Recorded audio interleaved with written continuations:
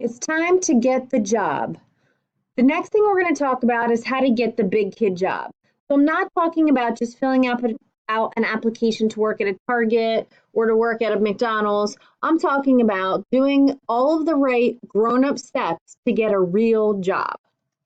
We're going to start with a cover letter, also known as an application letter.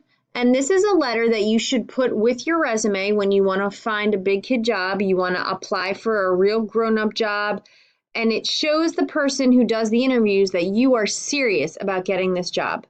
Please put the application letter as a vocabulary term in your Unit 1 list with its definition. Here are the sections of the application letter, and I'm not going to put these on any tests or quizzes, so you don't have to take notes on this, but I just want you to be familiar with it.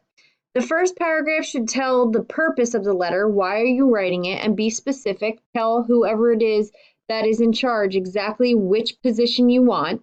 The middle paragraph gives you reasons or gives them reasons why you are a good pick for the job.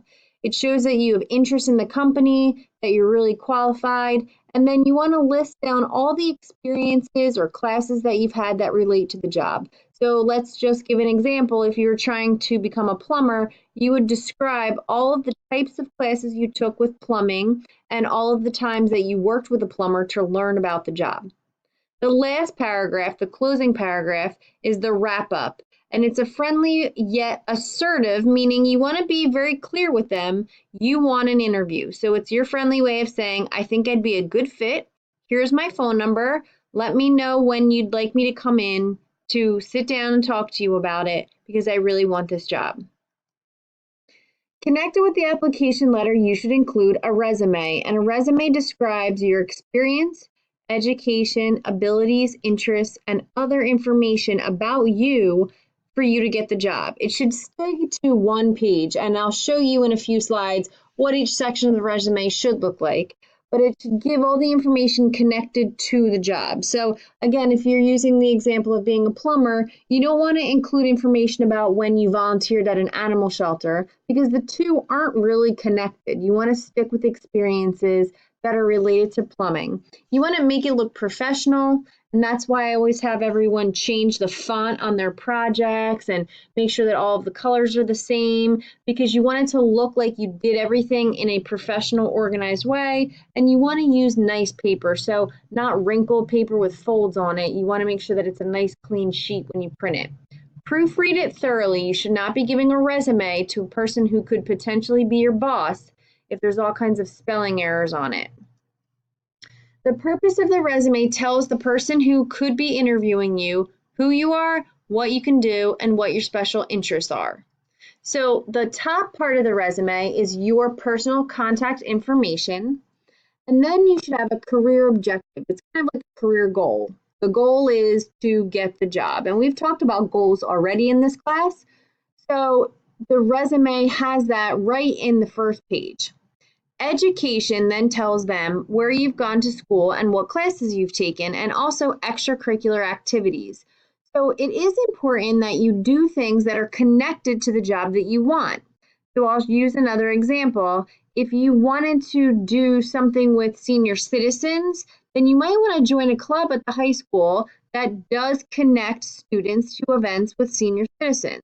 If you wanted to work with animals, you might want to add here times that you volunteered at PetSmart or at a local animal shelter. This is classes that you took that would connect to that and where you took them. And then you also want to make sure that you put any skills that you might have on the list as well. The next part of the resume gives all of your experiences. So on the previous page, you talk about how you volunteered, but now you're going to give them specifics as to where that took place and how long you did it. It's kind of like your work history. Again, you are giving a description. This particular person obviously wants to acquire a job with animals because all of the experiences he or she has listed involves working with animals. And then lastly, references. We're going to talk about references in a minute, but you can list references here or say that you can give references if asked. A reference is a person who has known you for at least a year and can give information about your skills, about who you are as a person and about your achievements. So the red bullets are very important. The reference should be over 18 and not related to you. You can't have your mom be your reference because she's obviously going to say something nice about you. You want somebody who's not related and old enough. The best type of references are usually teachers, advisors, people that you did or still work for, your guidance counselor, your coach, or anyone who's a contact. And remember that word contact, it could be someone who works in the industry or the business. So if we go back to the example of the person trying to get the job working with pets, they might want to put down someone who is a reference who also works with pets, who they've worked with before. If the person who's interviewing you calls these people, they're going to be asking them questions about you, and most of their questions are going to relate to the job. Be sure you tell them or ask them before you put them on the reference section of your resume. So if you are going to give a teacher's phone number and say to them, oh, you can call my English teacher and they'll give you all kinds of information about how hard of a worker I was, you still better tell your English teacher you did that so they're not surprised when they get that phone call. An application you might be more familiar with, because a job application is a form that asks you about yourself when you're trying to apply for a job. And every job has an application. Some are done online, some are done in paper. And you want to make sure if it's done on paper that you're using a pen to fill it out. If it's an online form, you want to fill it out completely. You can't just leave blanks.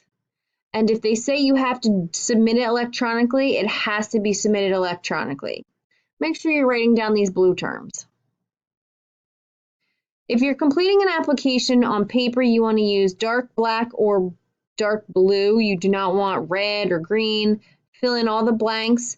Don't be afraid to ask someone for help. Make sure you're telling the truth. Have all of your information with you. So if it asks you what school did you go to and what was the address of that school, or what's your social security number, or how long did you work there, you want to have accurate information ready to go. And as always, proofread, don't just hand it in with mistakes. Hopefully, after you hand in your application or your application with your cover letter and resume, hopefully you get a job interview.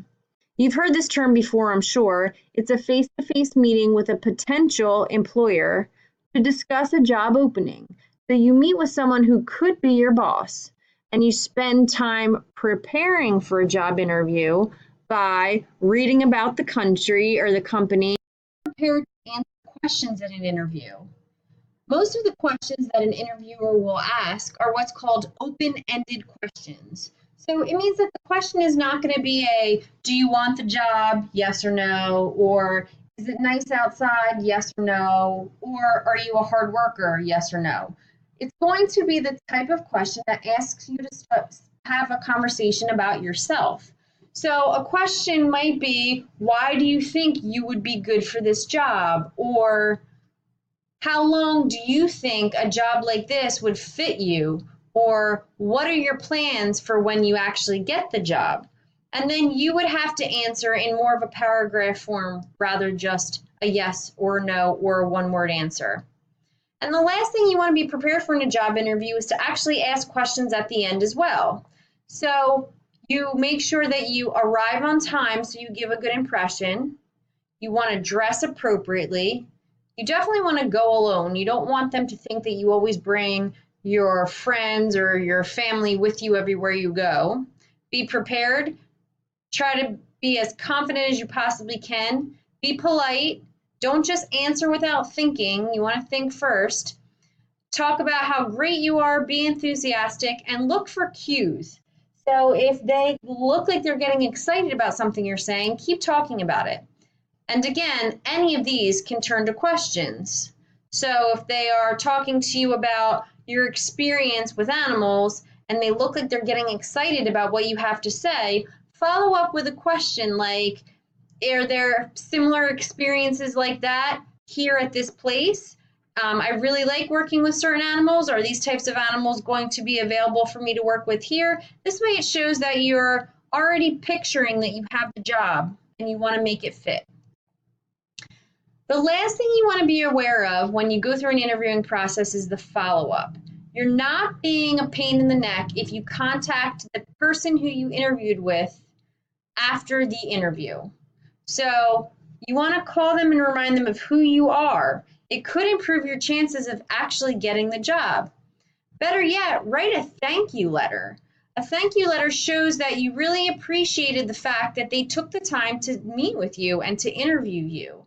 And it reminds them that you were one of those really nice people who was on time and who asked a lot of questions, and it might help you get the job. Again, go back and make sure you have all of the blue words. So here's 1, 2, 3 and 4, 5, 6, 7, and 8.